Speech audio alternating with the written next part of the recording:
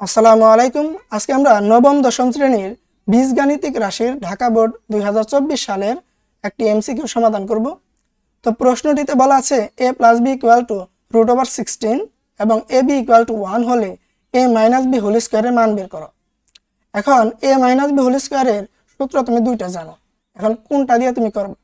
তো তুমি একটা জানো হলো a - b whole square = a square minus 2ab plus b square, তাই তো? আরেকটা কি জানো? আরেকটা হলো a - b whole square = a plus b whole square minus 4ab। এখন এই দুইটা সূত্রের কোনটা দিয়ে তুমি করবা? তুমি যদি a - b হোল স্কয়ার দিয়ে করতে চাইতে তাহলে তোমার a এর মান দরকার ছিল এবং b এর মান দরকার ছিল।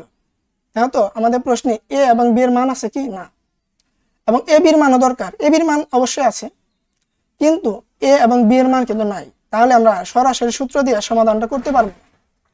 তাহলে আমাদের দরকার কি? অনুসিদ্ধান্ত। a - b হোল স্কয়ারের অনুসিদ্ধান্তটা a প্লাস b আছে। আমাদের অঙ্কের দিকে তাকাও, এখানেও a প্লাস b এর মান কিন্তু আছে এবং এখানে ab আছে, আমাদের অঙ্কেও কিন্তু ab আছে। তাহলে আমরা এবার বুঝতে পারলাম যে আমাদের ম্যাথ করতে হবে অনুসিদ্ধান্ত দিয়ে। ওকে, আচ্ছা,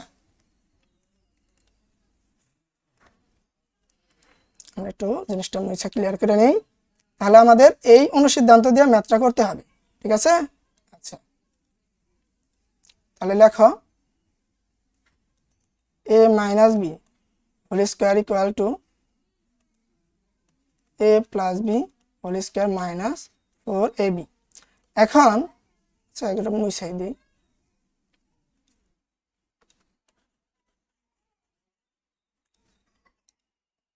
আচ্ছা, এখন a প্লাস b এর মান কত? √16, আর তার উপর কি আছে? স্কয়ার। তাহলে a প্লাস b এর মান বসাইলাম, আর a প্লাস b এর উপর যেহেতু স্কয়ার ছিল স্কয়ারটা রেখে দিলাম। 4 যা আছে তাই, 4 এর সাথে গুণ করে ছিল ab, আর ab এর মান কত? 1। তাহলে তোমরা জানো রুটের উপর যদি স্কয়ার থাকে, রুট এবং স্কয়ার কি হয়ে যাবে? ভ্যানিশ, মানে কাটাকাটি। থাকলো কত? 16 মাইনাস, আর এই দুইটা গুণ করলে 4 অক্ষে 4, যদি বিয়োগ করি আমরা কত পাবো? 12। এখন কোন অপশনে 12 আছে দেখো তো? ক নাম্বারে আছে। এটা আমাদের অ্যান্সার। আশা করি বুঝতে পারছো।